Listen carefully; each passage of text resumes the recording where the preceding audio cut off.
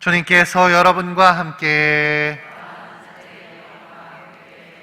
루카가 전한 거룩한 복음입니다. 주간 첫날, 바로 그날 예수님의 제자들 가운데 두 사람이 예루살렘에서 예순 스타디온 떨어진 엠마오라는 마을로 가고 있었다. 그들은 그동안 일어난 모든 일에 관하여 서로 이야기하였다. 그렇게 이야기하고 토론하는데 바로 예수님께서 가까이 가시어 그들과 함께 걸으셨다. 그들은 눈이 가리어 그분을 알아보지 못하였다. 예수님께서 그들에게 걸어가면서 무슨 말을 서로 주고받느냐 하고 물으시자 그들은 침통한 표정을 한 채 멈추어 섰다. 그들 가운데 한 사람, 클레오파스라는 이가 예수님께 예루살렘에 머물렀으면서 이 며칠 동안 그곳에서 일어난 일을 혼자만 모른다는 말입니까? 하고 말하였다. 예수님께서 무슨 일이냐 하시자 그들이 그분께 말하였다. 나자렛 사람 예수님에 관한 일입니다. 그분은 하느님과 온 백성 앞에서 행동과 말씀에 힘이 있는 예언자셨습니다. 그런데 우리의 수석사제들과 지도자들이 그분을 넘겨 사형 선고를 받아 십자가에 못 박히시게 하였습니다. 우리는 그분이야말로 이스라엘을 해방하실 분이라고 기대하였습니다. 그 일이 일어난 지도 벌써 사흘째가 됩니다. 그런데 우리 가운데 몇몇 여자가 우리를 깜짝 놀라게 하였습니다. 그들이 새벽에 무덤을 갔다가 그분의 시신을 찾지 못하고 돌아와서 하는 말이 천사들의 발현까지 보았는데 그분께서 살아계시다고 천사들이 일러주더랍니다.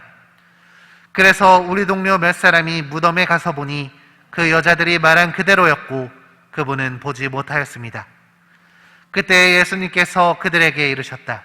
아, 어리석은 자들아, 예언자들이 말한 모든 것을 믿는 데에 마음이 어찌 이리 굼뜨냐. 그리스도는 그러한 고난을 겪고서 자기의 영광 속에 들어가야 하는 것이 아니냐. 그리고 이어서 모세와 모든 예언자로부터 시작하여 성경 전체에 걸쳐 당신에 관한 기록들을 그들에게 설명해 주셨다. 그들이 찾아가던 마을에 가까이 이르렀을 때 예수님께서는 더 멀리 가시려고 하시는 듯 하였다. 그러자 그들은 저희와 함께 묵으십시오. 저녁때가 되어가고 날도 이미 저물었습니다.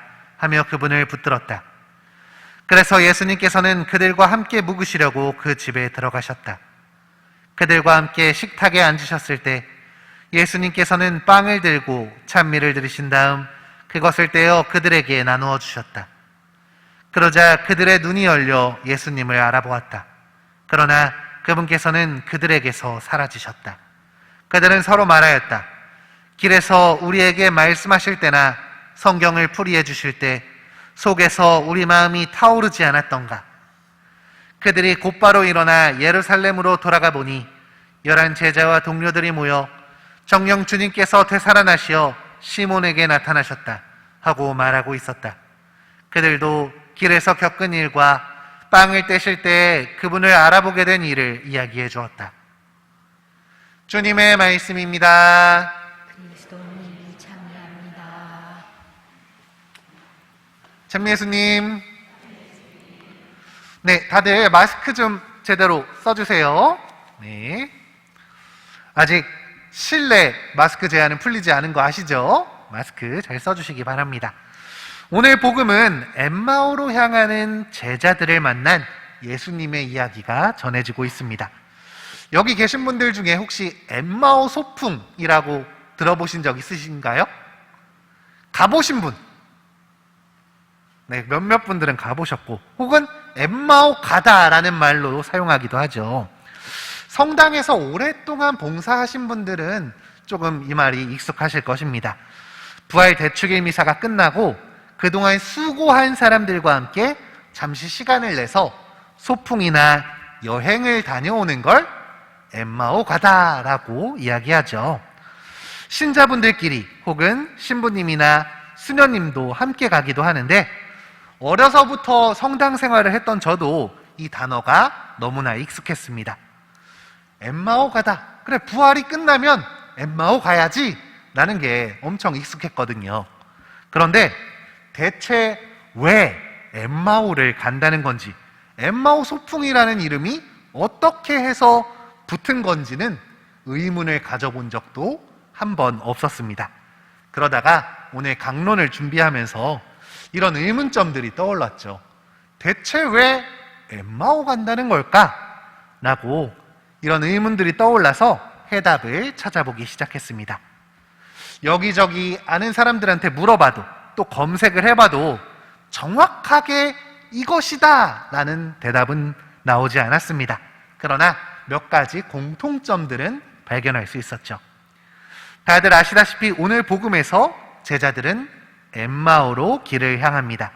그 길에서 이들은 예수님을 만나게 되죠.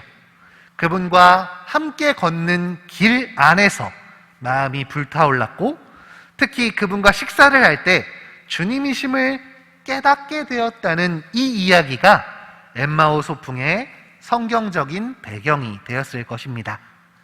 부활 대축일 준비와 전례로 고생한 사람들이 일상에서 벗어나 휴식을 취하며 그 안에서 식사도 하고 차도 마시면서 엠마오의 제자들처럼 다가오시는 예수님을 만나길 원하는 마음에, 다시금 열정을 불태우고자 하는 마음에 이 엠마오 소풍이 시작된 게 아닐까 싶습니다. 그런데 이탈리아에 유학 중인 우리 동기 신부님께 연락을 하면서 이런 이야기를 했더니 그 동기가 하는 말이 가관이었습니다. 형, 여긴 그런 거 없어. 도대체 어디에서 시작된 건지 잘 모르겠더라고요. 상당히 당황스러웠습니다. 조금 더 그 친구와 이야기를 하다 보니 그리스도교가 국교인 여러 유럽의 나라들은 부활 대축일 후 월요일에 의무는 아니지만 대부분 직장에서 휴가를 준다고 합니다. 이렇게 부활절 휴가를 갔던 것들이 우리나라에 와서는 엠마오 소풍으로 자리 잡은 게 아닐까 싶은 것이죠. 그런데 사실 엠마오로 떠난 제자들은 예수님을 만나고자, 열정을 불태우고자 그 길을 떠난 게 아니었습니다. 예수님의 죽음을 통해 그분께 모든 것을 걸었던 제자들이 우린 망했다 라는 사실을 깨닫고 도망가는 길이었거든요. 심지어 이들은 예수님이 부활하셨다는 이야기를 들었음에도 이 길을 나선 것이었습니다. 예루살렘으로부터 약 11km, 우리 성당으로 따지면 여기에서 대충 남한산성 성지 아시죠? 거기까지 걸어가는 길이었다고 생각하시면 될 것 같습니다. 한 3시간 반에서 4시간 정도 걸리는 거리죠. 아주 멀리 떨어진 게 아니었습니다. 이 제자들은 예수님의 죽음으로부터 멀리 도망간 것이 아니라 가까운 근처에서 사태를 지켜보려고 한 것입니다. 여차하면 도망가고 또 여차하면 부활하신 예수님을 만나러 가겠다는 아주 이중적인 태도였던 것이죠. 이처럼 별로 좋은 의미가 아닌데 소풍 이름을 엠마오로 지었다는 게, 그걸 엠마오 간다라고 표현한다는 게 참 신기한 것 같습니다. 그러나 중요한 점은 이런 제자들의 불성실한 태도, 주님께 온전히 마음을 두지 못하는 태도에도 불구하고 예수님께서는 그들에게 다가가셨다는 것입니다. 오히려 예수님의 무한한 사랑과 자비가 이 말씀 안에 드러나고 있는 것이죠. 우리가 그분의 부활을 온전히 받아들이지 못해도, 그분을 핑계로 놀러 가더라도 주님께서는 이런 우리를 위해 기꺼이 다가오신다는 것이죠. 주님의 사랑을, 주님의 다가오심을 바란다는 점에서 엠마오 간다는 말도 그리 틀린 것은 아닐 것입니다. 오늘 우리에게 전해지는 이 복음의 말씀처럼 주님께서는 부족한 우리들, 이중적인 우리들에게 다가오십니다. 엠마오로 길을 나선 제자들처럼 오늘 시간을 내셔서 잠시 길을 걸어보시는 건 어떨까요? 우리 성당 주변 분들이나 또 가족분들, 혹은 혼자 걸으셔도 좋습니다. 먼 곳까지 가지 않으셔도 좋고 멋진 곳, 좋은 곳을 가지 않아도 좋습니다. 그저 우리 바로 앞에 있는 탄천 아시죠? 탄천 자주들 걸으시죠? 네, 탄천을 천천히 산책하시는 것만으로도 충분할 것 같습니다. 이 길 안에서 나에게 다가오시는 예수님을, 나에게 말을 거시고 또 우리에게 마음을 불태워주시는 그분을 우리가 함께 만났으면 좋겠습니다.